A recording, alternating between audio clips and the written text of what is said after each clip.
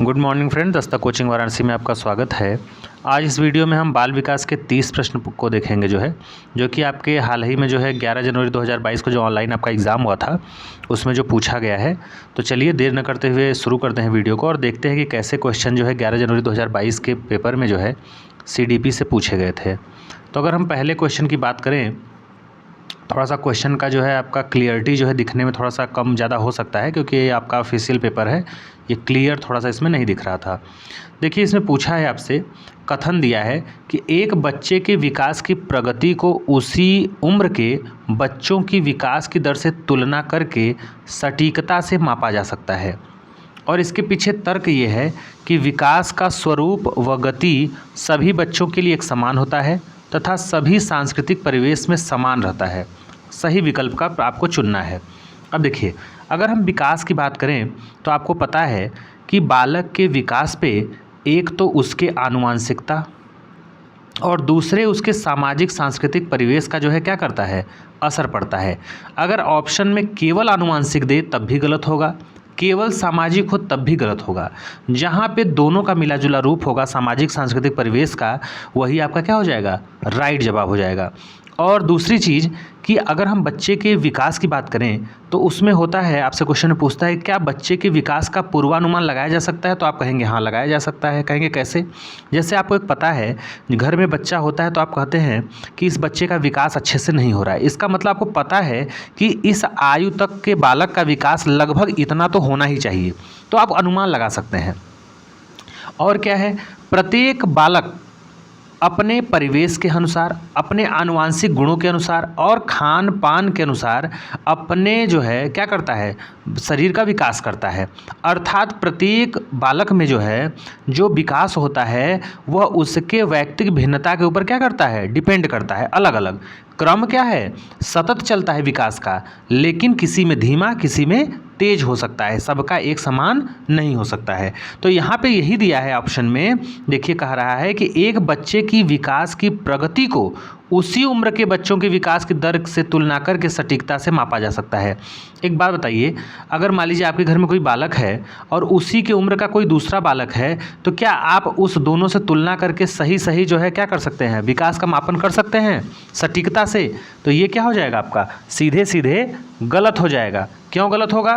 क्योंकि एक बात बताइए, ये बच्चा, इसका आनुवांशिक गुण अलग है, इसका अलग है, इसका खान पान अलग होगा, परिवेश अलग होगा, इसका अलग होगा। तो जिसको जैसा खान पान देंगे, जैसा उसका माहौल देंगे, वैसा वो क्या करेगा, अपना विकास करेगा।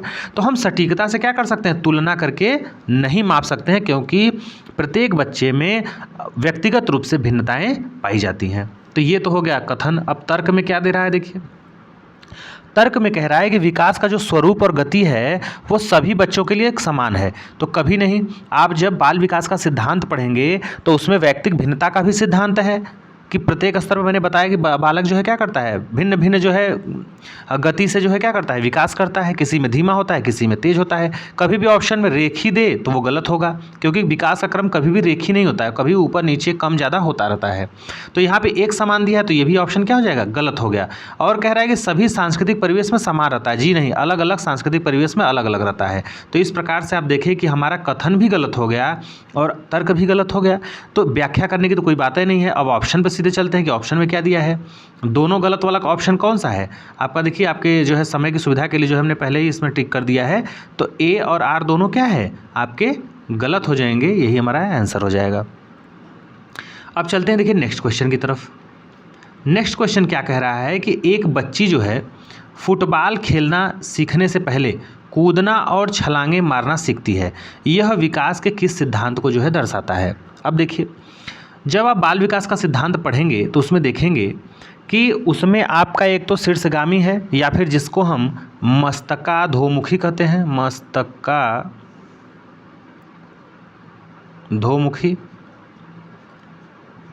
और इसी को हम शीर्षगामी भी कहते हैं।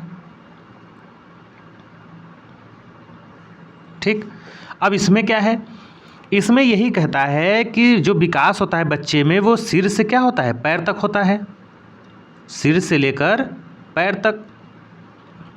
अर्थात बालक पहले सिर और हाथ पर नियंत्रण स्थापित करता है और बाद में क्या करता है, अपने पैरों पर।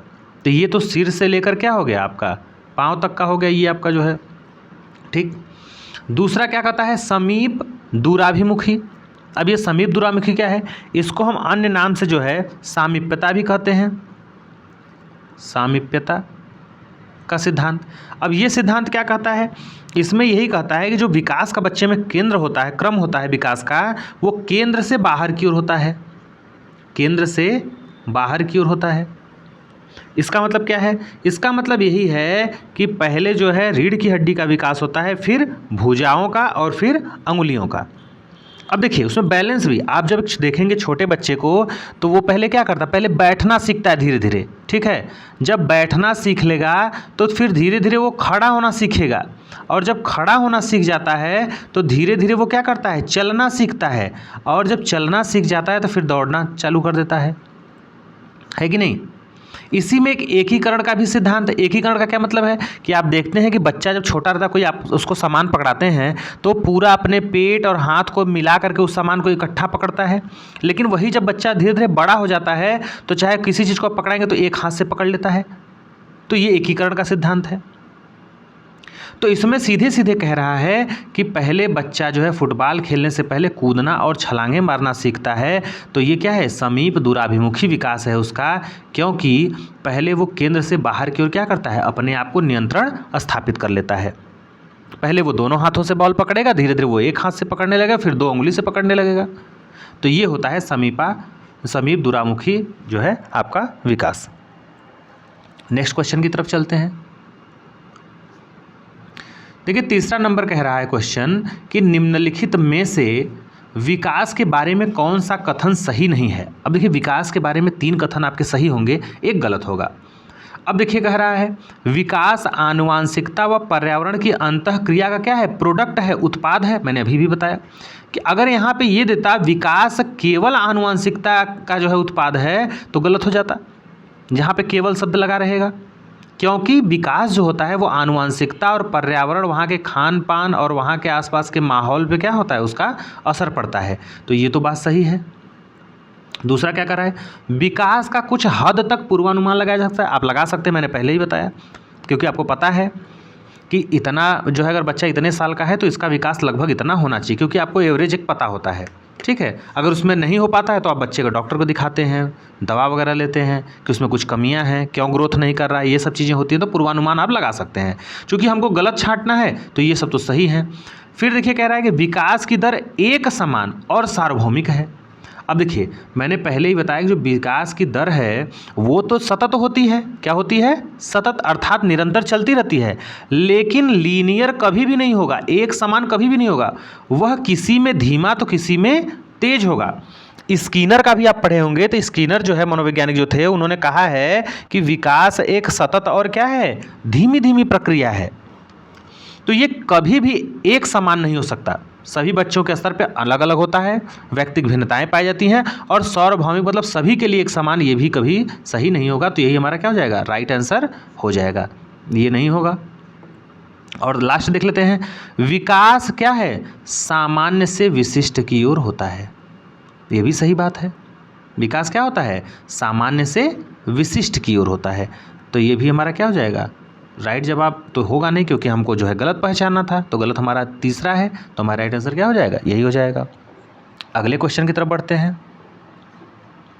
तो क्वेश्चन सिद्धांत वगैरह वही आपके रहेंगे, बस घुमा फिरा के आपसे क्वेश्चन बस इधर उधर से पूछेगा आपको। अब देखिए कारण दिया है। अब कारण क्या है, कारण दिया है कि बच्चे अपनी संस्कृति में व्यवहार करने के उपयुक्त तरीके अपने दोस्तों, मीडिया जैसे कई स्रोतों से क्या करते हैं, सीखते हैं। बच्चे क्या करते हैं, अपने संस्कृति, व्यवहार, जो भी चीज़ें होती हैं वो अपने दोस्तों और मीडिया कई स्रोतों से क्या करते हैं, सीखते हैं। सही बात है भाई, कोई भी बच्चा है तो वो जो व्यवहार है, जो रहन सहन है, कपड़ा पहनने का तरीका है, वो कहाँ से सीखता है, बताइए आप खुद अपने व्यवहार से, अपने व्यवहार, उसका बिहेवियर कहाँ से सीखता है, वो अपने दोस्तों से ही सीखेगा, अपने परिवार से सीखेगा, अपने जो है अगल बगल पास पड़ोस से सीखेगा, या फिर वो किसी मीडिया चैनल, टेलीविज़न, आपके जो है मोबाइल, इन सब चीज़ों के स्रोतों से सीखता है कि नहीं सीखता है। तो कहेंगे सही बात है, सीखता है। तो ये हमारा क्या हो जाएगा, सही हो जाएगा। दूसरा क्या कर रहा है, तर्क क्या दे रहा है कि सामाजिकरण एक प्रक्रिया है। जाहिर सी बात है, सामाजिकरण क्या है, एक प्रक्रिया है, एक जो है प्रोसेस है। आप कहेंगे सामाजिकरण क्या है, सामाजिकरण वही है कि कोई व्यक्ति जिस समाज में रहता है तो उस समाज के नियमों कानूनों और उसके अनुसार चलने का प्रयास करता है, वही बनना जो है आदमी का समाज के अनुरूप एक सामाजिकरण कहलाता है। तो कह रहा है कि सामाजिकरण एक प्रक्रिया है, यहाँ तक तो बात सही है। फिर कह रहा है कि जो बहुत से औपचारिक अनौपचारिक साधनों के जरिए क्या होता है। अब बताइए, जैसे आपको नैतिकता का गुण सीखना है, धार्मिक गुण, सांस्कृतिक गुण, ये सब सीखना है, तो उसके दो साधन हैं, एक औपचारिक एक अनौपचारिक। औपचारिक में क्या आ जाते हैं, जैसे आपका विद्यालय हो गया, जहाँ पे नियम कानून एक समय जो है बद्ध तरीके से आप सीखिए। अनौपचारिक में आपके मित्र, दोस्त, पास पड़ोस आदि चीज़ें होती हैं, ठीक।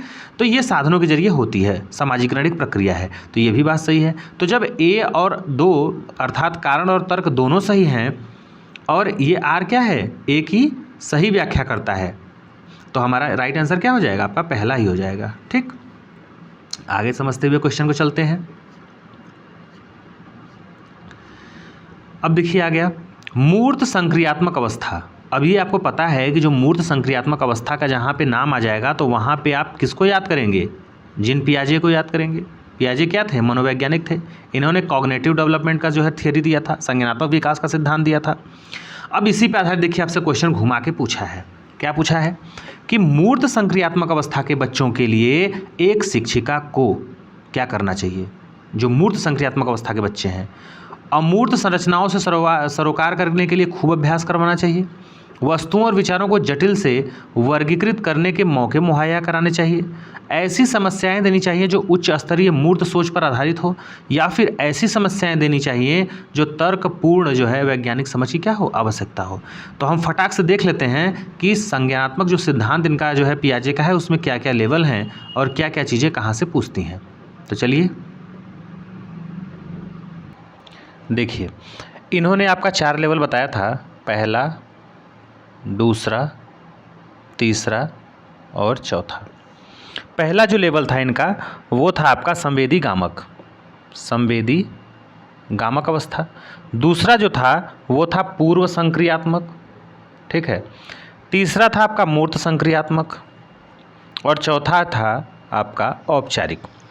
ये इसकी जो एज थी आपके संवेदी गामक या सेंसर मोटर स्टेज की वो 0 से 2 वर्ष, इसका 2 से 7, फिर 7 से 11 और इसका आपका 11 से 15 या फिर कहीं कहीं 15 से ऊपर भी देता है। अब देखिए जो मूर्त अवस्था है, मूर्त अवस्था में होता क्या है, मूर्त अवस्था में बच्चा क्या करता है, अपने सामने रखी हुई वस्तु को देखकर क्या करता है, कुछ न कुछ एक्शन करता है, क्रिया करता है, चिंतन करता है, ठीक है।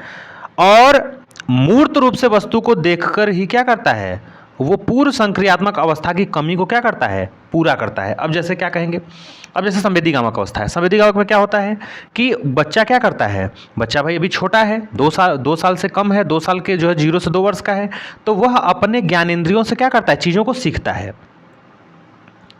वह वस्तुओं का जो छाप होता है, वस्तुओं का एक इमेज होता है, वो उसके दिमाग में बनता है, स्कीमा जिसको कहते हैं। दूसरा जो पूर्व संक्रियात्मक अवस्था बच्चे की आ जाती है प्री ऑपरेशनल स्टेज में 2 से 7 वर्ष में, तो बच्चा क्रिया करने से पहले की अवस्था होती है। जब बच्चा के सामने आप कोई वस्तु रखेंगे तो उसको क्या करेगा, वो देखेगा लेकिन कुछ कर नहीं पाएगा। इसमें सजीव और निर्जीव में अंतर नहीं स्पष्ट कर पाता है। बच्चे को अगर गेट से चोट लग गया, किसी वस्तु से चोट लग गया, तो वस्तु को ही मारने लगता है, उसको ये नहीं पता कि ये निर्जीव है। अहम केंद्रन की भावना होती है, बच्चा क्या करता है, सोचता है कि जो मुझे पसंद है वही सबको पसंद होना चाहिए। पलटवादी गुण उसमें जो है नहीं पाया जाता है। जैसे 4 और 6 मिला के 10 होता है, अगर उसको आपसे पूछेंगे कि बेटा 6 और 4 बताओ कितना होगा, तो वो 10 नहीं बता पाता है। दूरी हो गया, ऊंचाई हो गया, भार हो गया, ये सब चीज़ों की क्या होती है, उस बच्चे में कमी होती है। किसमें, पूर्व संक्रियात्मक अवस्था में। लेकिन जैसे ही बच्चा मूर्त संक्रियात्मक अवस्था में आता है, इन सारी जो कमियां रहती हैं उनका क्या हो जाता है, यहाँ पे कमियों का निराकरण हो जाता है, दूर हो जाता है। ये सारी चीज़ें मूर्त संक्रियात्मक अवस्था में बच्चा क्या करता है, सीख लेता है। आगमनात्मक तर्कणा आ जाती है। कभी कभी आपसे ये भी एग्जाम में पूछता है कि आगमनात्मक तर्कणा, आगमनात्मक मतलब होता है उदाहरण के माध्यम से बच्चा सीखता है। और जब औपचारिक वाले में चलेंगे तो ये तो भाई लास्ट स्टेज है इनका, ये ज्ञान की सर्वोच्च अवस्था है। बच्चा अमूर्त चिंतन करने लगता है, नियमों पे चिंतन करने लगता है, नियमों का ज्ञान हो जाता है उसे। वो मैथ के क्वेश्चन को दिमाग में ही हल कर लेता है क्योंकि वो नियम पहले से जानता है। तो इसमें यही कह रहा है कि जब मूर्त संक्रियात्मक अवस्था में बच्चा है तो एक टीचर को क्या करना चाहिए, कि उस लेवल के बच्चे के साथ क्या करना चाहिए, कैसे सिखाना चाहिए। तो यहाँ पे देखिए एक दिया है कि ऐसी समस्या देनी चाहिए जो तर्कपूर्ण वैज्ञानिक समझ की आवश्यकता हो। तो भाई तर्कपूर्ण होना अगर औपचारिक स्टेज में रहता तो एक बार देता तो सही भी लगता, तो ये तो सीधे सीधे कट जाएगा। ऐसी समस्याएं दीजिए जो उच्च स्तरीय मूर्त सोच पर आधारित हो। देखिए मूर्त संक्रियात्मक अवस्था तो जरूर है, लेकिन हमको सबसे बेस्ट आंसर इसमें चुनना है। तो ये क्या है, हाई लेवल का आपको देना है, तो ये भी नहीं करना है, ऐसा भी नहीं है। यहाँ पे क्या है, अमूर्त संरचनाओं से सरोकार करने वाले खूब अभ्यास, तो अमूर्त का तो कोई बातें नहीं है। अमूर्त संरचना तो औपचारिक स्टेज में करेगा बच्चा, तो ये भी नहीं होगा। तो सीधे सीधे आपका आंसर 2 हो जाएगा कि वस्तु और विचारों को जटिल से, अर्थात आप एक ऐसा चीज़ दीजिए जिससे बच्चे क्या करें, चीज़ों का वर्गीकरण कर सके, क्लासीफाई कर सकते हैं। अपॉर्चुनिटी दीजिए बच्चों को, अवसर दीजिए ताकि बच्चे चीज़ों को सीखें करके क्लासीफाई कर सके चीज़ों को। तो हमारा राइट आंसर क्या हो जाएगा, 2 हो जाएगा। नेक्स्ट क्वेश्चन की तरफ चलते हैं।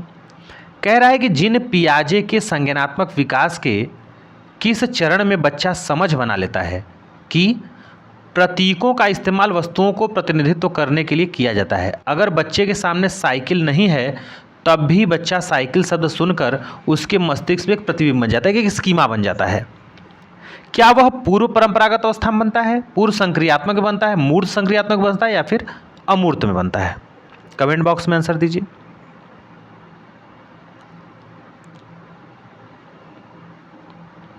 तो मैंने पहले ही बताया आपको, जो आपका चारों स्टेज है 1 2 3 4, ये बार बार इसलिए लिख रहा हूँ तो आपको याद हो जाए। पहले में क्या होता है, जब बच्चा 0 से 2 वर्ष का रहता है तो वो चीज़ों से क्रिया नहीं कर पाता है, बस उसके दिमाग में बन जाता है कि हाँ ये है डॉग है, ये कुत्ता है, ये बिल्ली है, ऐसा कुछ।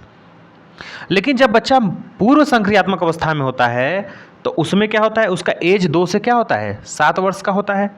उसमें कौन कौन से गुण आते हैं, कौन कौन से नहीं रहते हैं। तो पूछा जाता है एग्जाम में कि क्रिया करने से पहले की अवस्था क्या है, तो पूर्व संक्रियात्मक अवस्था है। बच्चा सामने रखी हुई चीज़ों को क्या करता है, देख पाता है, केंद्रीकरण कर पाता है, एक समय में एक ही वस्तु के गुण को देख पाता है, समझ पाता है, ध्यान केंद्रित कर पाता है, और क्या कर पाता है, सजीव निर्जीव में इसमें अंतर नहीं कर पाता है। अहम केंद्रण की भावना होती है पूर्व संक्रियात्मक में। अपलटवादी गुण पाया जाता है, जैसे मैंने बताया 4 और 6 10 होता है, 6 4 पूछेंगे नहीं बता पाएगा। 1 लीटर दूध बड़े से भगोने में रख दीजिए, 1 लीटर दूध जो है छोटे से भगोने में, तो बड़ा वाला भगोना कहेगा कि इसमें ज़्यादा दूध है। उसको क्वांटिटी की भी, मात्रा की भी जानकारी नहीं होती, किसमें कम है किसमें ज़्यादा है। लंबाई ऊंचाई दूरी का भी ज्ञान नहीं होता है। ठीक है, तो ये सब चीज़ें किसमें पाई जाती है, पूर्व संक्रियात्मक अवस्था में। तो इसमें यही पूछ रहा है कि कब जो है, किस स्टेज में बच्चा साइकिल जो है, अगर नहीं भी है तो आप कहेंगे बेटा साइकिल, तो साइकिल का इमेज उसके दिमाग में तुरंत बन जाता है। तो ये किसमें बन जाता है, पूर्व संक्रियात्मक अवस्था में। पूर्व परंपरागत अवस्था तो इनका है नहीं। मूर्त संक्रियात्मक अवस्था, अब मूर्त संक्रियात्मक अवस्था में क्या होता है, इन सारी चीज़ों का उसमें क्या होता है, जो कमियां रहती हैं वो इसमें पूरा हो जाता है। तो ये होगा नहीं, अमूर्त तो कभी नहीं होगा, कि अमूर्त तो भाई आपका हाई लेवल हो गया सीधे सीधे। तो मूर्त पूर्व संक्रियात्मक अवस्था आपका सही आंसर हो गया। अगले क्वेश्चन की तरफ चलते हैं। अब देखिए एग्जाम्पल दिया है आपका कि आनव 3 अंकों की संख्याओं का जोड़ करने में अकेले संघर्ष करता है, किंतु शिक्षिका की मदद से वह ऐसा करने में क्या हो जाता है, सक्षम हो जाता है। तो पूछ रहा है कि लेव वाइगोत्स्की के सिद्धांत के अनुसार ये क्या दर्शाता है, समीपस्थ विकास का जो है क्षेत्र, पुनर्बलन का, परिपक्वता का, या फिर आपका प्रतीकवाद का। तो जब लेव वाइगोत्स्की का जिक्र आएगा तो इन्होंने ही आपका जो है सामाजिक सांस्कृतिक सिद्धांत दिया। तो पहले तो ये जान लीजिए, जहाँ पे सामाजिक सांस्कृतिक का जिक्र आए तो यहाँ पे आपका क्या हो जाएगा, सामाजिक प्लस सांस्कृतिक। इन्होंने कहा है कि बच्चा जो है क्या करता है, अंतः क्रिया के द्वारा जो है सीखता है, अंतः जो है क्रिया के द्वारा सीखता है। और क्या कहा है इन्होंने कि पहले जो है बच्चा सामाजिक सांस्कृतिक जो है संस्कृति को क्या करता है, अंतः क्रिया से सीखता है, तब उसका क्या होता है, विकास होता है। अर्थात पहले उसका क्या होगा, सामाजिक सांस्कृतिक विकास होगा अंतः क्रिया करके, तब उसका विकास होगा। और पियाजे क्या कहते हैं कि पहले विकास होगा बाद में वो अधिगम करेगा। तो ये चीज़ें तो इनसे रिलेटेड हो गई। ये रूसी वैज्ञानिक थे, ये जान लीजिए। और इनका 2 महत्वपूर्ण सिद्धांत है, दो, एक है आपका ZPD के नाम से जिसको आप जानते हैं, इसे कहते हैं समीप निकट विकास का सिद्धांत, समीप या निकट जो है विकास का सिद्धांत। और जो दूसरा है आपका, ये तो पहला हो गया, दूसरा आपका है वो है स्केट फोल्डिंग का। ये काफ़ी एग्जाम में पूछा जाता है स्केट फोल्डिंग, जिसे हम सहारा कहते हैं या फिर इसको हम पाड़ के नाम से जानते हैं या ढांचा के नाम से जानते हैं। तो ये चीज़ें हैं क्या, तो देखिए ZPD क्या है। अब जैसे मान लीजिए आप सीटेट का एग्ज़ाम देने जा रहे हैं, ठीक, और इस समय आप ऑनलाइन पेपर दे रहे हैं, चाहे कहीं किसी भी माध्यम से टेस्ट दे रहे हैं, तो आपका नंबर कितना आ रहा है, मान लीजिए 70 नंबर आ रहा है, और आपका टारगेट कितना है, मान लीजिए आपका टारगेट है 120 क्वेश्चन का, कि हमको 120 नंबर हमारा आ जाए एग्ज़ाम में। लेकिन जब आप एग्ज़ाम दिए तो आपका आया कितना, मान लीजिए आपका आ गया 105 नंबर। तो कहने का मतलब आपका लेवल था 70, लेकिन पहुँचे कहाँ तक, 105 तक। तो कहीं ना कहीं ये चीज़ें आप कहीं ना कहीं से चीज़ें होंगे सीखे होंगे, कहीं ना कहीं आपका विकास हुआ है। तो यही क्या है आपका, यही आपका जो है जो पूछा है समीपस्थ विकास का क्षेत्र, इसी को कहते हैं जोन प्रॉक्सिमल आपका डेवलपमेंट। और स्केट फोल्डिंग में क्या है कि जैसे अगर कोई बच्चा है उसको साइकिल चलाना सिखाना है, तो कोई देखते हैं कि कोई जो अनुभवी व्यक्ति होता है वो क्या करता है, पीछे से साइकिल पकड़ लेता है। या किसी चीज़ को सिखाना, किसी व्यक्ति को किसी चीज़ को सिखाना जो उसको नहीं पता है, तो कौन सिखाएगा, जो उस क्षेत्र में अनुभवी होगा। वो उसके जो है क्या हो सकता है, उसका दोस्त हो सकता है, उससे बड़े उम्र में बड़ा हो सकता है। तो ये इसमें आ जाएगा पहाड़ और यार ढांचा में। तो हमारा जो है राइट आंसर क्या हो जाएगा, सीधे सीधे समीपस्थ विकास का क्षेत्र क्या हो जाएगा, राइट आंसर हो जाएगा। अगले क्वेश्चन की तरफ चलते हैं। देखिए लेवागोत्स्की का फिर पूछा है आपका कि इनके अनुसार अधिगम क्या है। क्या अधिगम ज्ञान के निर्माण की सक्रिय है, ज्ञान प्राप्ति करने की निष्क्रिय प्रक्रिया, तो निष्क्रिय तो कभी नहीं होगा। अभ्यास और दोहराव, ये कभी नहीं होगा। उद्दीपन प्रतिक्रिया के संबंधों की क्या है, प्रक्रिया। तो इनका सीधे सीधे मैंने अभी बताया आपको कि लेवागोत्स्की के अनुसार सीधे सीधे क्या है, मैंने आपको बताया कि बच्चा पहले क्या करता है, सामाजिक सांस्कृतिक क्या करता है, विकास करता है अंतःक्रिया करके, बाद में उसका विकास होता है। और इनका क्या था बताइए, इन्होंने यही कहा था ना कि पहले बच्चा क्या करेगा, समाज से संस्कृति से अंतःक्रिया करे सीखेगा, तब उसका विकास होगा। और पियाजे ने क्या कहा था कि पहले विकास होगा बाद में अधिगम। तो यहाँ पे ज्ञान के निर्माण की सक्रियता इन्होंने ही क्या कहा था लेवागोत्स्की ने क्या कहा था, ज्ञान के निर्माण की सक्रियता के बारे में इन्होंने बताया था। कभी निष्क्रियता तो कभी नहीं होगा, अभ्यास रिपीट ये तो कभी निगेटिव टैग वर्ड होगा नहीं, उद्दीपन प्रतिक्रिया के संबंधों की प्रक्रिया इन्होंने कभी कहा ही नहीं है।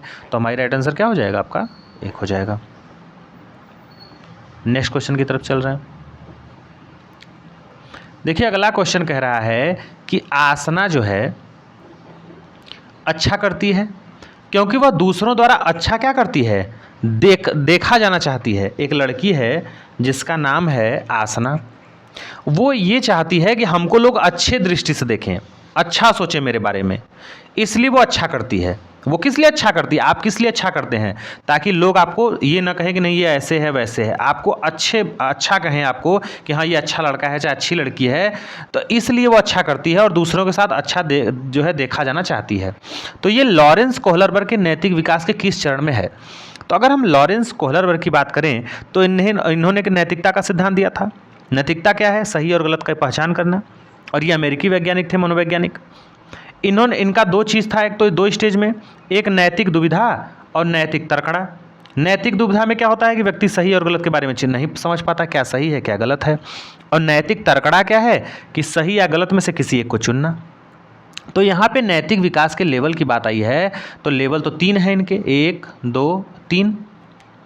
जो पहला लेवल है उसको प्री कन्वेंशनल स्टेज बोलते हैं, प्री कन्वेंशनल स्टेज, जो कि कब से कब तक है, 4 से 10 वर्ष का है। जो कन्वेंशनल स्टेज है वो आपका कब से कब तक है, वो आपका 10 से 13 है। और जो आपका पोस्ट कन्वेंशनल स्टेज है वो आपका क्या है, आपका 13 साल से ऊपर है। तो इसमें भी 2 लेवल है, लेकिन आपसे इसमें ये नहीं पूछा है कौन सा लेवल है, कभी कभी एग्जाम में वो भी पूछता है। तो देखिए प्री कन्वेंशनल स्टेज में क्या होता है कि जब बच्चा 4 से 10 वर्ष का होता है तो इसमें दो चीज़ें आपको सीखनी है, एक दंड और आज्ञा पालन, अर्थात मार के डर से कि हमको जो है पनिशमेंट मिलेगा, इसके डर से बच्चा क्या करता है, किसी के बात को मानता है या फिर आज्ञा पालन करता है, एक चीज़। दूसरा चीज़ क्या होता है, टिट फॉर टैट कहा गया है, जैसे को तैसा। जैसे बच्चा स्कूल में रहता है, उसका कोई पेंसिल तोड़ देता है तो बच्चा दूसरे की भी पेंसिल तोड़ देता है, बच्चे कोई मारता है तो वो भी मारने लगता है। तो ये जो स्टेज है ये प्री कन्वेंशनल स्टेज में आता है, हिंदी में इसको हम कहते हैं प्राक रूढ़िगत नैतिकता का स्तर। और इसमें भी प्राक रूढ़िगतता में आप तो जान गए कि दो चीज़ें आती हैं, दंड और आज्ञा पालन, टिट फॉर टैट, जैसे को तैसा। अब इसका भी कभी कोई पूछता है, इसको तो आसानी से याद रख लेंगे, पनिशमेंट और ऑब्डियंस, उन्मुखता। दंड और आज्ञा पालन तो याद रखेंगे। टिट फॉर टैट को क्या कहते हैं, इंस्ट्रूमेंटल रिलेशन जो इसको कहते हैं, साधनात्मक जो है सापेक्षता तथा उन्मुखता कहते हैं, याद रखेंगे इसको। इसमें भी दो चीज़ें हैं कन्वेंशनल स्टेज में, रूढ़िगत नैतिकता का स्तर इसको कहते हैं। इसमें बच्चा पहले वाले में इसके पार्ट में अच्छा लड़का या अच्छा लड़की बनने का प्रयास करता है समाज के हिसाब से, और दूसरे में क्या करता है, कानून व्यवस्था को बनाए रखता है, कानून के नियमों, कानून जो है जो कानून वगैरह बनाए गए हैं उसका पालन करता है वो। जैसे रेड लाइट वो जंप नहीं करता है कभी भी, जो नियम कानून बनाए गए हैं उसको करता है। तो इसमें इसका भी नाम है, जैसे दंड और आज्ञा पालन और टिट फॉर टैट, जिसको हम इंस्ट्रूमेंटल जो है रिलेटिव कहते हैं, जो है इंडिविजुअलिज्म जो है कहते हैं इसको, साधनात्मक। उसी प्रकार से इसका भी नाम है, जैसे अच्छा लड़का लड़की बनना तो इसको गुड बॉय या फिर गुड गर्ल कह सकते हैं, तो ये तो याद हो जाएगा आपका। लेकिन दूसरा वाला जो इसी में पार्ट है उसका नाम क्या है, लॉ एंड ऑर्डर, अर्थात कानून व्यवस्था बनाए रखना या कानून व्यवस्था बनाए रखने की उन्मुखता, ये हो गया आपका। और इसमें जो दो स्टेज है आपका पोस्ट में, इसमें भी आपका दो लेवल है, उत्तर रूढ़िगत जो है नैतिकता का स्तर जो है, इसमें क्या है, इसमें देखिए आपका कंफ्यूज होंगे, इसमें दोनों में तो नहीं होंगे। इसको कहते हैं social contract orientation, social contract orientation, जिसको हिंदी में हम क्या कहते हैं, सामाजिक अनुबंध उन्मुखता। और दूसरा इसमें क्या है, सार्वभौमिक नैतिकता का सिद्धांत है, सार्वभौमिक नैतिक सिद्धांत की उन्मुखता। इसका क्या मतलब है, हिंदी में इसको कहते, इंग्लिश में कहते हैं यूनिवर्सल जो है एथिकल जो है प्रिंसिपल जो है ओरिएंटेशन कहा जाता है।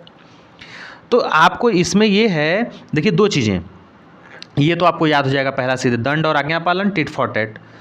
दूसरे वाले में क्या है आपका, अच्छा लड़का, गुड बॉय या गुड गर्ल, ये भी जान जाएंगे। कानून बनाना, कानून व्यवस्था का पालन करना, ये भी हो जाएगा कि कोई अगर रेड लाइट जंप कर रहा है तो वो नहीं करेगा भाई, क्योंकि रेड लाइट जंप करेगा तो एक्सीडेंट हो सकता है। लेकिन जब भी बच्चा इस स्टेज में आता है, 13 साल के ऊपर में आता है, तो ये क्या करता है, ये कहता है कि यदि नियम से किसी का नुकसान होता है तो उस नियम को तोड़ देना चाहिए। अगर कोई भी नियम बना है, उस नियम से किसी व्यक्ति का नुकसान हो रहा है, भला नहीं हो रहा, तो उस नियम को क्या करना चाहिए, तोड़ देना चाहिए। तो इसीलिए इसको सामाजिक अनुबंध उन्मुखता कहते हैं, जो है सोशल कॉन्ट्रैक्ट ओरिएंटेशन। जैसे रेड लाइट तोड़ने से अगर किसी की जान बच जाए, जैसे किसी का एक्सीडेंट हो गया है और वो गाड़ी लेके जा रहा है लेकिन रेड लाइट का इंतजार करता है, तो वो हॉस्पिटल पहुंचते पहुंचते मर जाता है। तो अगर वो रेड लाइट तोड़ दे और आसानी से समय से अगर वो पहुंच जाए हॉस्पिटल, उसकी जान बच जाए, तो ऐसे नियम कानून को क्या करना चाहिए, तोड़ना चाहिए। इसमें ये है। और इसी के दूसरे स्टेज में क्या है कि खुद के हिसाब से व्यक्ति चलता है, कि जो कि कभी कभी देखते हैं कि दूसरे के लिए व्यक्ति जान तक दे सकता है। कभी कभी जैसे मान लीजिए कोई बच्चा है नदी में डूब रहा है, तो कोई व्यक्ति क्या करता है, कोई भी इंसान रहता है वो कूद जाता है नदी में उस बच्चे की जान बचाने के लिए, भले ही वो उस अपना जान जो है खतरे में डालकर। तो ये चीज़ें इसमें आती हैं, अपने हिसाब से चलना पोस्ट कन्वेंशनल स्टेज में। तो चूंकि यहाँ पे अच्छा लड़का या अच्छा लड़का जो है लड़की बनना चाहता है, तो ये किस में आएगा, तो ये आपका सीधे सीधे आ जाएगा जो है आपके पारंपरिक वाले में। तो हमारा राइट आंसर क्या हो जाएगा आपका, 2 हो जाएगा, ठीक। और इसको ही क्या कहते हैं, कन्वेंशनल स्टेज बोलते हैं इंग्लिश में, कन्वेंशनल स्टेज कहते हैं, अच्छा लड़का या अच्छा लड़की बनने का प्रयास करना। नेक्स्ट क्वेश्चन की तरफ चलते हैं। देखिए इसमें प्रगतिशील पूछा है कि शिक्षा में, अब देखिए यहाँ पे दिया है आपका कि प्रगतिशील शिक्षा है। अब प्रगतिशील शिक्षा है क्या, तो प्रगतिशील शिक्षा उसे कहते हैं जो समाज के लिए प्रगति का क्या करे, रास्ता तैयार करे। और इसमें होता क्या है, इसमें शिक्षा बालक का निर्माण करता है, न कि बालक शिक्षा का। याद रखिएगा, शिक्षा क्या करती है, बालक का निर्माण करेगी, न कि बालक शिक्षा का।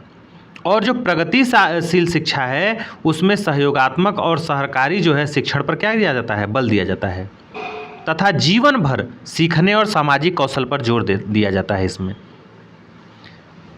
तो एक तरह से इसका देखिए, इसमें क्या है, सीखने का स्वरूप सामाजिक होता है।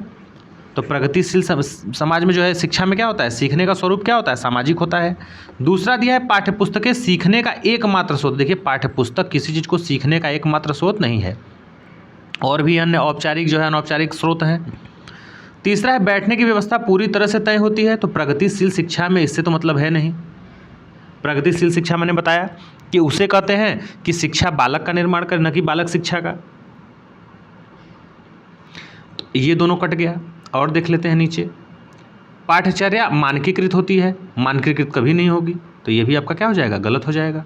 तो इस प्रकार से हमारा राइट आंसर क्या हो जाएगा आपका, सीखने का स्वरूप इसमें क्या होता है, सामाजिक होता है। किसमें, प्रगतिशील शिक्षा में। नेक्स्ट क्वेश्चन देखते हैं कैसा पूछा गया था। अब देखिए, कह रहा है कि राष्ट्रीय शिक्षा नीति जो है 2020 किस पे बल देती है। तो जो देखिए एनसीएफ आपका है, जो है एनईपी जो है, राष्ट्रीय शिक्षा नीति 2020 जो है, लचीला बहुस्तरीय गति आधारित अधिगम, ये तो सही है मान लीजिए। बच्चों के केवल संज्ञानात्मक विकास से संबंधित, देखिए केवल शब्द लगाया तो निगेटिव टैग वर्ड ये ऑटोमेटिक कट जाएगा। राष्ट्रीय पाठ्यचर्या के मानकीकरण पर, तो ये भी स्टैंडर्डाइज जो है होगा नहीं इसका मानकीकृत।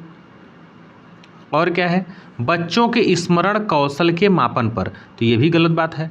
तो इस प्रकार से हमारा राइट आंसर क्या हो जाएगा आपका, ए हो जाएगा। राष्ट्रीय शिक्षा नीति किस पे बल देती है, लचीला बहुस्तरीय गति आधारित अधिगम पे। क्योंकि आप देखेंगे इसमें तो पाठ्यक्रम लचीला का मतलब क्या है कि जैसे उसमें ये भी कहा जाता है कि लचीला का मतलब उसमें फ्लेक्सिबिलिटी पाई जाए। पाठ्यक्रम कैसा हो, पाठ्यक्रम ऐसा हो जो बच्चे के रुचि और उसकी क्षमता के क्या हो, अनुरूप हो, तभी तो बच्चा सीखेगा। और आपको पता है कि शिक्षण विभिन्न गति से जो है सीखने वाले होते हैं बच्चे, अपने अपने जो है बुद्धि लब्धि के अनुसार। तो बच्चे को उसकी क्षमता और उसकी रुचि के अनुसार जो है क्या करना चाहिए, ऐसा माहौल जो है उपलब्ध कराना चाहिए। तो राष्ट्रीय शिक्षा नीति किस पे बल देती है, लचीला बहुस्तरीय गति आधारित अधिगम पे, ताकि जो अधिगम हो वो लचीला हो, फ्लेक्सिबल हो, कठोर नहीं होना चाहिए उसमें। नेक्स्ट देखिए क्या दिया है। नेक्स्ट क्वेश्चन कह रहा है, देखिए हार्वर्ड गार्डनर का पूछ रहा है कि निम्नलिखित में से कौन सी विशेषता हार्वर्ड गार्डनर द्वारा प्रतिपादित अंतर्वैयक्तिक वृद्धि का आलेख करती है। देखिए एक शब्द आया है अंतःवैयक्तिक, अंतःवैयक्तिक।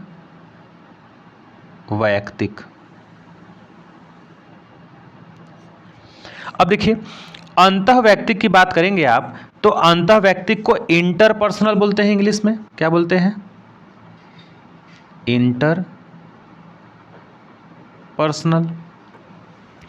एक होता है इंट्रापर्सनल, ठीक है।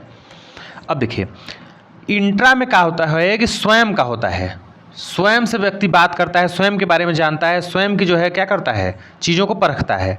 और अंतःवैयक्तिक में क्या होता है कि व्यक्ति दूसरों से इंटरेक्ट करता है, दूसरों से जो है समझता है, दूसरों की चीज़ों को जानता है, जैसे मनोवैज्ञानिक वगैरह साइकोलॉजिस्ट जो हो गए। तो इसमें कह रहा है जब हार्वर्ड गार्डनर का जिक्र आएगा तो इन्होंने क्या दिया है बताइए, इन्होंने बहुबुद्धि का सिद्धांत दिया था। और इनके अनुसार देखेंगे आप तो शुरू में आप देखेंगे लगभग 1983 में तो इन्होंने 7 प्रकार की बुद्धि बताई थी। फिर धीरे धीरे समय बीतता गया, 1998 आ गया तो एक उनका और बढ़ गया इसमें, तो बताया कि जो है बुद्धि 8 प्रकार की होती है।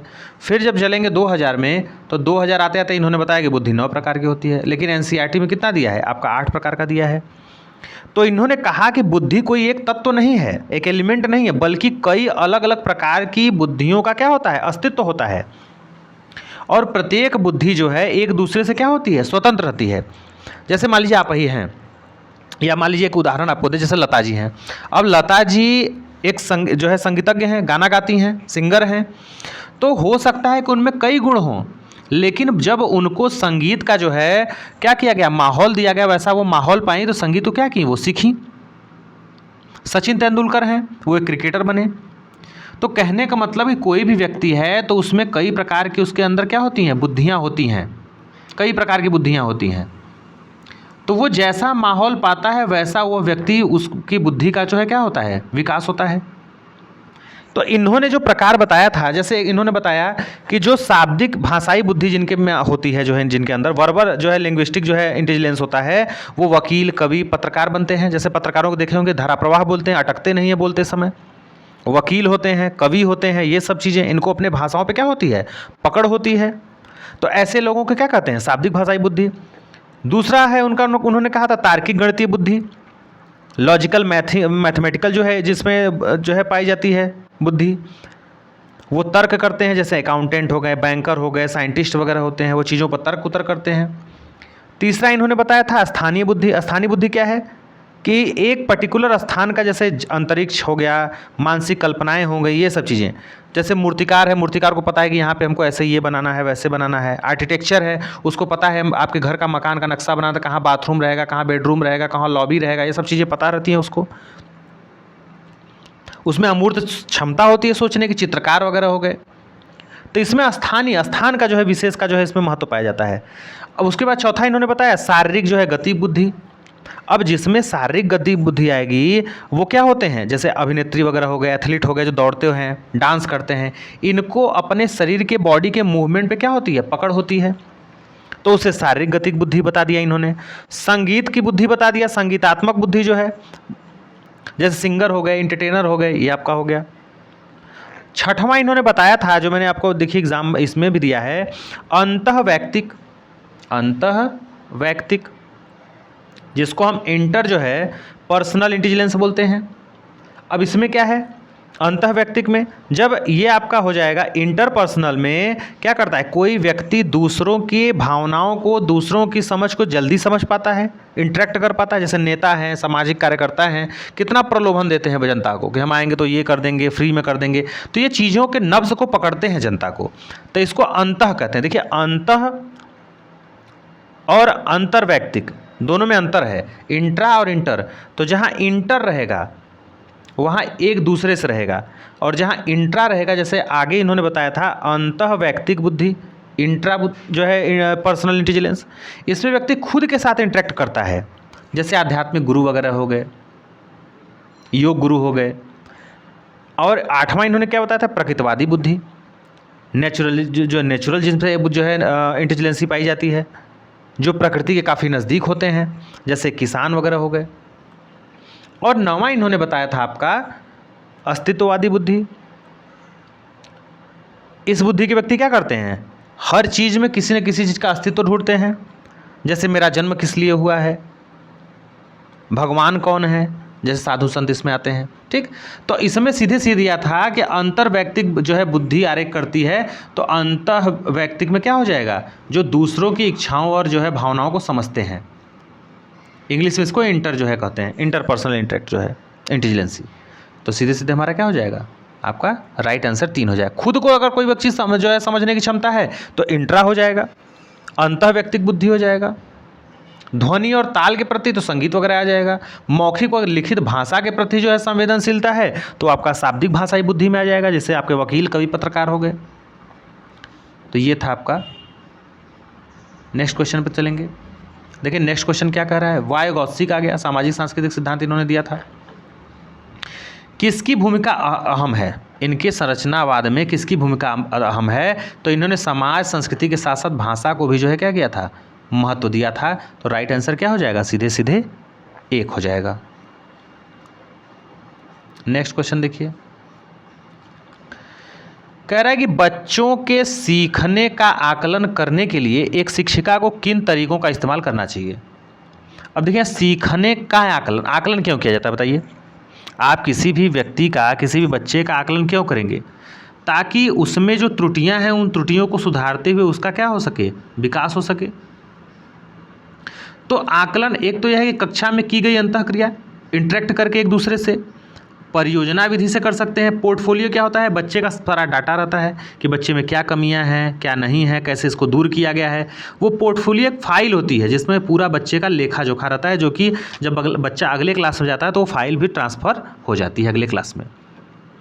आत्माकलन जिसको स्व आकलन बोलते हैं, खुद का आकलन, जैसे आप किसी दोस्त से पूछे कि भाई प्रश्न पूछो मुझे आ रहा है कि नहीं आ रहा है, खुद का आकलन करना। तो ये सारी चीज़ें जो है क्या कर सकती है, एक शिक्षिका इस्तेमाल कर सकती है आकलन करने में बच्चों के। तो इस प्रकार से हमारा राइट आंसर जब चारों सही हो जाएगा तो इसमें ऑप्शन दिया है तीसरे में 1 2 3 4।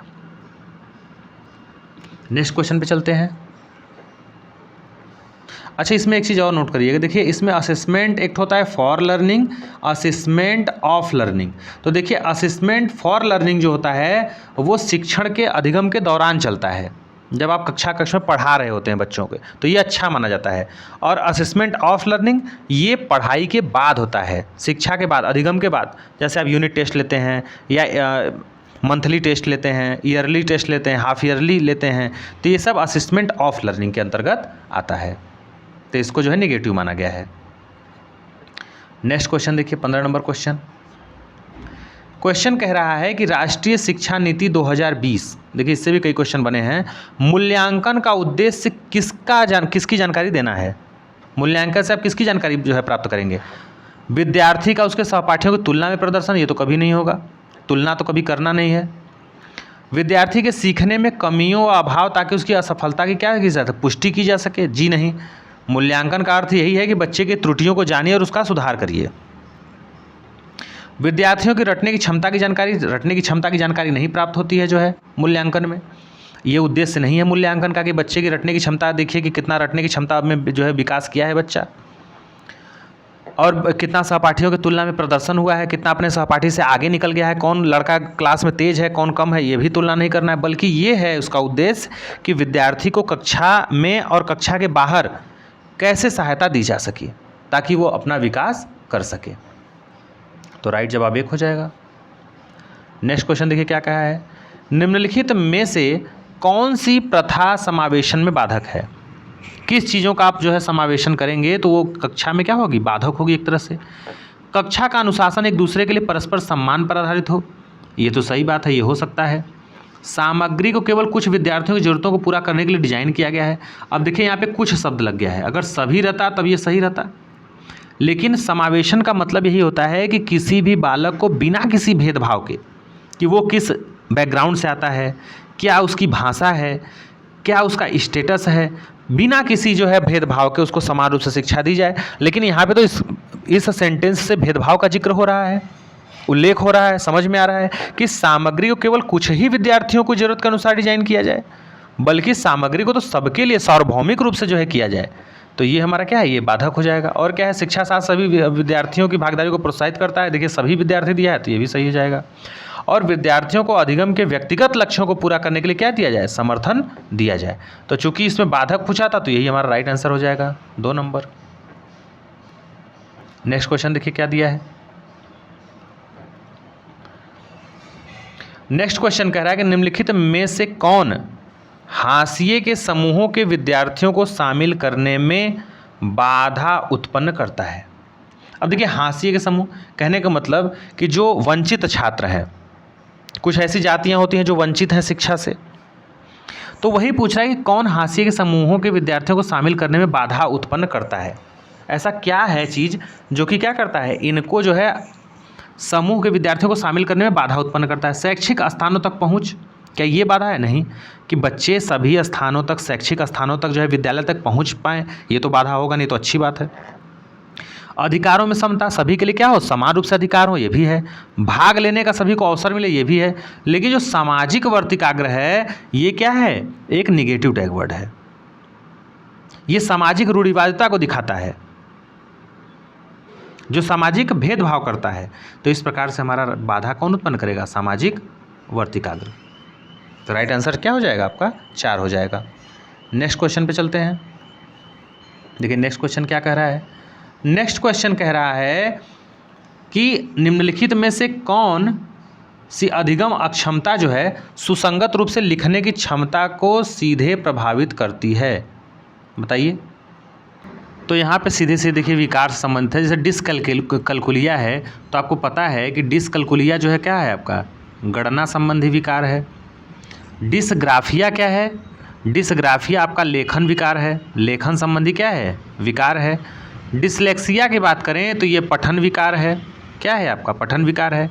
और डिस्पैसिया जो है ये जो है क्या है आपका शारीरिक विकार है। ये क्या हो जाएगा आपका शारीरिक विकार हो जाएगा। तो इसमें यही पूछा था, देखिए लिखने की क्षमता को सीधे प्रभावित करता है अर्थात लेखन विकार, तो सीधे सीधे क्या हो जाएगा हमारा डिस्ग्राफिया हो जाएगा। अगले क्वेश्चन की तरफ चलते हैं। देखिए इसमें यही कह रहा है कि कौन सा अभ्यास श्रवण विद्यार्थियों के सफल समावेशन में बाधा उत्पन्न करेगा। देखिए इसमें यही कह रहा है कि जो श्रवण विद्यार्थी के सफल समावेशन में, किसके समावेशन में, श्रवण विद्यार्थियों के, बाधा कौन उत्पन्न करेगा। विद्यार्थियों को अपने आप से बात करके सोचने दें। क्या ये देखिए सुनने संबंधी यहाँ पे है स्टूडेंट्स के। विद्यार्थियों को मौखिक परीक्षा के बजाय क्या करें, लिखित परीक्षा दें। अब एक बात बताइए, यहाँ पे किसी को श्रवण विकार है अर्थात वो सुनने में क्या है अक्षम है, तो मौखिक परीक्षा के बजाय उसे क्या देंगे आप, लिखित परीक्षा दें, तो वो तो समझ ही नहीं पाएगा। बाद में दिया है कि उपयोग करने के लिए टेप पर दत्त कार्यों के निर्देश लिखें, ये तो हो सकता है, ये बाधा उत्पन्न नहीं करेगा। और दत्त कार्यों के लिए मौखिक निर्देश दें। तो इसमें जो हमारा राइट आंसर क्या हो जाएगा आपका 2 हो जाएगा। तो इसका राइट आंसर आपका सीधे सीधे क्या हो जाएगा आपका यही हो जाएगा, क्योंकि जो श्रवण विद्यार्थी हैं अर्थात जिनमें केवल सुनने की क्षमता है, ठीक है, जिनमें केवल क्या है सुनने की क्षमता है, अगर उनको लिखने का काम दे देंगे तो भाई बाधा तो होगा ही। बाकी तो वो अपना काम कर लेंगे, मौखिक निर्देश देंगे तब भी वो सुन के कर लेंगे। वो टेप पर जो है दत्त कार्यों का निर्देश जो है रखें, ये भी हो जाएगा। बात करके सोचने दें, ये भी हो जाएगा। लेकिन लिखना दे देंगे तो भाई समस्या तो उनको होगी ही, क्योंकि बच्चे जो सुनते हैं, जिनमें जो है श्रवण विद्यार्थी हैं, उनमें ये समस्या आएगी। हाँ लेगा जो है आपका अगर श्रवण विकार रहता तब अलग मैटर रहता आपका। नेक्स्ट क्वेश्चन है कि निम्नलिखित में से प्रतिभावान विद्यार्थी की विशेषता कौन सी है। देखिए जो क्रिएटिव जो है चाइल्ड होते हैं, जो स्टूडेंट होते हैं, उनमें धीमी समझ तो कभी नहीं होगी उनकी उपलब्धि, क्योंकि प्रतिभावान छात्रों की क्या होती है 110 से अधिक होती है। जिज्ञासा की कमी नहीं होती है, धीमी समझ नहीं बल्कि तीव्र समझ होती है। जिज्ञासा की कमी नहीं होती है, जिज्ञासु वो होते हैं। आसान कार्यों को चुनने की प्रवृत्ति नहीं, वो कठिन कार्यों को चुनते हैं। उनमें जज्बा होता है कि हम कुछ भी कर लेंगे, जो प्रतिभावान होते हैं। और सोच में सटीकता की आवश्यकता, ये सही बात है। सोच में क्या करते हैं, उनकी जो सोच होती है वो सटीक होती है क्रिएटिव चाइल्ड की। तो यही हमारा राइट आंसर हो जाएगा। नेक्स्ट क्वेश्चन देखते हैं। एक शिक्षिका अपने विद्यार्थियों में बोध कौशल को सुसाध्य करना चाहती है, ठीक है, बोध माने ज्ञान से, ज्ञान बढ़ाना चाहती है, संज्ञानात्मक विकास करना चाहती है। तो इस उद्देश्य के लिए उसे किस चीज़ से बचना चाहिए, संकल्पना मानचित्रण, रूपरेखीकरण, सारांशीकरण या संदर्भहीनता। तो देखिए संदर्भहीनता से क्यों बचना चाहिए, तो इसका राइट जवाब दीजिए आप पहले कमेंट बॉक्स में।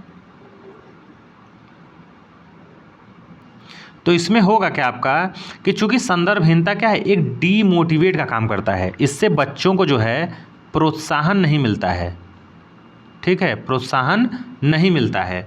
इसलिए ये क्या होता है, इस चीज़ से बचना चाहिए। बाकी आप सारांश दे दीजिए, उस चैप्टर का सारांश के बारे में बता दीजिए, रूपरेखा तय कर दीजिए कि इसका ये है, ऐसे है। मानचित्रण के द्वारा भी आप कर सकते हैं, लेकिन संदर्भहीनता नहीं करेंगे, क्योंकि ये क्या हो एक जो है आपका डीमोटिवेट करने का काम करता है। तो इस प्रकार से राइट आंसर क्या हो जाएगा आपका 2 हो जाएगा। नेक्स्ट क्वेश्चन देख लीजिए। नेक्स्ट क्वेश्चन कह रहा है कि विद्यार्थियों में एक संप्रत्यय के अधिगम को सुसाध्य करने के लिए एक शिक्षक को निम्न में से क्या करना चाहिए। नई जानकारी और पिछले ज्ञान के बीच संबंध बनाने से बचे नहीं बल्कि जोड़ें। पूर्व ज्ञान से नए ज्ञान को जोड़ना चाहिए, तो ये तो होगा नहीं। विषय वस्तु से संबंधित आवश्यक और गैर आवश्यक जानकारी को मिश्रित कर दें। माने आवश्यक रहता तो ठीक ठीक रहता है, लेकिन आवश्यक है वो भी अजीब बिना जो है आवश्यक है उसको भी आप क्या करें, एक में मिक्स कर दे रहे हैं, घाउच पाउच कर दे रहे हैं, कुछ समझे में नहीं आएगा, तो ये भी क्या हो जाएगा, गलत हो जाएगा। सामग्री और जानकारी को अत्यधिक मूर्त और जटिल रूप में प्रस्तुत करना। देखिए हम ये करेंगे मूर्त रूप में करिए, लेकिन जटिल रूप में मत प्रस्तुत करिए। साधारण एग्जाम्पल दीजिए, सरल शब्दों में बताइए, तो ये भी नहीं होगा। नियमों को समझने और अवधारणा की विशेषताओं को परिभाषित करने पे क्या दिया जाए, बल दिया जाए चाहे ध्यान दिया जाए। तो ये हमारा क्या हो जाएगा, राइट आंसर हो जाएगा। 23 नंबर क्वेश्चन की तरफ चलते हैं। 23 नंबर क्वेश्चन कह रहा है कि ए निम्नलिखित में से कौन सा कारक अकादमिक प्रदर्शन में विद्यार्थियों की सफलता के लिए जिम्मेदार नहीं है, बाकी सब हैं। सफलता के लिए कौन जिम्मेदार नहीं है? अकादमिक प्रदर्शन में बोरियत तो जिम्मेदार है, तनाव भी जिम्मेदार है, डर भी जिम्मेदार है कि अगर किसी व्यक्ति को, किसी बच्चे को आप टेंशन देंगे, कोई बच्चा तनाव में है तो वो चीज़ों को अच्छे से नहीं सीख पाएगा, डर का माहौल है तब भी नहीं सीख पाएगा, बोर महसूस कर रहा है, रुचि नहीं है उसकी, तब भी जो है वो जो है सफलता में बाधक होगा। लेकिन अगर वो जिज्ञासु बच्चा है तो क्या होगा? सफलता में ये बाधक नहीं बल्कि सफलता के लिए क्या होगा? ये तो जिम्मेदार होगा। तो असफलता के लिए ये सब जिम्मेदार है, सफलता के लिए ये जिम्मेदार है। तो यहाँ पे यही पूछा था कि सफलता के लिए जिम्मेदार नहीं है जिज्ञासा। नेक्स्ट क्वेश्चन देखिए 24 नंबर कह रहा है कि एक संप्रत्यय माने किसी टॉपिक को, किसी चीज़ को पढ़ाते समय एक शिक्षक ऐसा उदाहरण दे रहा है जो कि उस संप्रत्यय से जुड़ी श्रेणी की सबसे महत्वपूर्ण मूल विशेषता है। तो ऐसे उदाहरण के आप क्या कहेंगे बताइए? कहने के बाद आप टीचर हैं और कोई भी आप टॉपिक पढ़ा रहे हैं और जो उदाहरण दे रहे हैं वो एकदम सटीक है, एकदम उस चीज़ से जुड़ा हुआ है, तो ऐसे उदाहरण के आप क्या कहेंगे? एक भ्रांति, क्या एक भ्रम? तो ये तो कभी नहीं होगा भाई, मूल चीज़ से जुड़ा हुआ है। गैर उदाहरण कभी नहीं होगा क्योंकि उस चीज़ से, टॉपिक से जुड़ा है। यहाँ पे देता है कि उस संप्रत्यय से जुड़ा नहीं है तब होता है ये। एक अपवाद, ये भी नहीं होगा। तो ये क्या है? ये आद्य रूप है। क्या है? एक आद्य रूप है। तो ये हमारा क्या हो जाएगा? राइट जवाब हो जाएगा। नेक्स्ट क्वेश्चन देखिए 25 नंबर कह रहा है कि एक निर्दिष्ट लक्ष्य तक पहुंचने के लिए विद्यार्थियों को उनकी संज्ञानात्मक क्षमताओं पर चिंतन करने के लिए क्या करना चाहिए? प्रोत्साहित करना चाहिए। और एक शिक्षक निम्नलिखित के किस के विकास को सुगम बना रहा है? अगर कोई टीचर एक निश्चित लक्ष्य तक पहुंचने के लिए विद्यार्थियों को उनके चिंतन, चाहे संज्ञानात्मक क्षमताओं पे क्या करता है? बढ़ाने के लिए प्रोत्साहन करता है, तो निम्नलिखित में से किसके विकास को सुगम बना रहा है? किस चीज़ के? घोषणात्मक ज्ञान को, प्रतिक्रियात्मक ज्ञान को? रटना तो कभी नहीं होगा, ये तो सीधे सीधे कट जाएगा आपका। प्रतिक्रिया ज्ञान तो होगा नहीं, घोषणात्मक ज्ञान होगा नहीं, सीधे सीधे क्या हो जाएगा? अधिसंज्ञा हो जाएगा, मेटाकॉग्निशन हो जाएगा आपका। नेक्स्ट क्वेश्चन की तरफ चलते हैं। कह रहा है कि शिक्षण अधिगम प्रक्रिया की अवधारणा करते समय राष्ट्रीय पाठ्यचर्या की रूपरेखा 2005 किसके महत्व पर बल देती है? तो सीधे सीधे आप देखिए, पहला ही देख रहे हैं सक्रिय जुड़ाव और बातचीत पे। बच्चा इंटरेक्ट करके, शिक्षक और बच्चे जो है क्लास में क्या करें? इंटरेक्ट करें, एक दूसरे से मिल करके, एक दूसरे से जुड़ करके, एक सहयोग के रूप में बातचीत करके क्या करें? शिक्षा ग्रहण करें। वेधन और बार बार अभ्यास तो निगेटिव टैग वर्ड, रटना भी है आपका वही। और उत्तेजना प्रतिक्रिया संग, ये भी आपका क्या हो जाएगा? गलत हो जाएगा। सक्रिय जो है बच्चा जब रहेगा तो वो क्या होगा? पॉजिटिव टैग वर्ड होगा। तो हमारा राइट आंसर क्या हो जाएगा? एक हो जाएगा सीधे सीधे आपका। नेक्स्ट दिया है, किसी समस्या को हल करने के लिए विद्यार्थियों की मदद करने के लिए एक शिक्षक को क्या करना चाहिए? असंगत जानकारी को चिन्हांकित करके विद्यार्थियों को भ्रमित करना? भ्रमित तो नहीं कर सकते भाई, ये गलत बात है। नकल करने के लिए कहिए कि नकल मार लो बेटा, कॉपी कर लो, तो ये भी गलत बात है। जानकारी को वियोजित खंडों में विभाजित करें, नियोजित रहता तो सही बात है, वियोजित दे दिया है तो ये भी गलत हो जाएगा। ऐसे संदेश दें जो प्रासंगिक स्कीमा संरचना को क्या करे? वो सक्रिय करे, उसकी बुद्धि लब्धि को, उसके बोध स्तर को। तो हमारा राइट आंसर क्या हो जाएगा? इस प्रकार से ये सही हो जाएगा। 28 नंबर क्वेश्चन देखिए क्या दिया है, 2 क्वेश्चन और बचा है।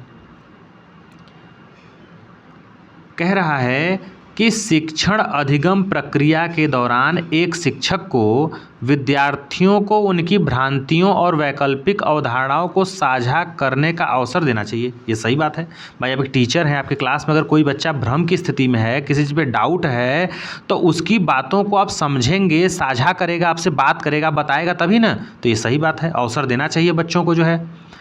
तर्क क्या दे रहा है कि भ्रांतियाँ और वैकल्पिक अवधारणाएं हमेशा आधारहीन होती हैं और सीखने की प्रक्रिया महत्वहीन होती है। अब बताइए, सीखने की प्रक्रिया में क्या महत्वहीन है? भाई बच्चा कोई चीज़ सीखेगा तो त्रुटि होगा, भ्रांति आएगा, डाउट आएगा, तो ये तो महत्वपूर्ण चीज़ें हैं ना सीखने की प्रक्रिया में। इसको जब तक टीचर जो है दूर नहीं करेगा तो बच्चा क्या करेगा? भ्रम की स्थिति में बना रहेगा। तो ये सीधे सीधे क्या हो जाएगा? तर्क गलत हो जाएगा। तो ए सही है, आर गलत है, तो सीधे सीधे राइट आंसर क्या हो जाएगा? 3 हो जाएगा। नेक्स्ट क्वेश्चन देखिए क्या दिया है। कह रहा है कि अधिगम असहायता या लाचारी तब महसूस होती है जब विद्यार्थी यह मानने लगता है, अर्थात व्यक्ति अपने आप को क्या मान लेता है कि एक बच्चा क्या चीज़, अधिगम असहायता या लाचारी। लाचारी, एक बच्चा अपने आप को लाचार कब महसूस करता है स्टूडेंट, क्षमता में सुधार हो सकता है और उसके ध्यान महारत के लक्ष्यों पर केंद्रित होता है तब, प्रयास क्षमता को प्रभावित करके उसका ध्यान लक्ष्य केंद्रित होता है। भाई जब उसके लक्ष्य पर केंद्रित होगा कहाँ मायूस होगा बताइए।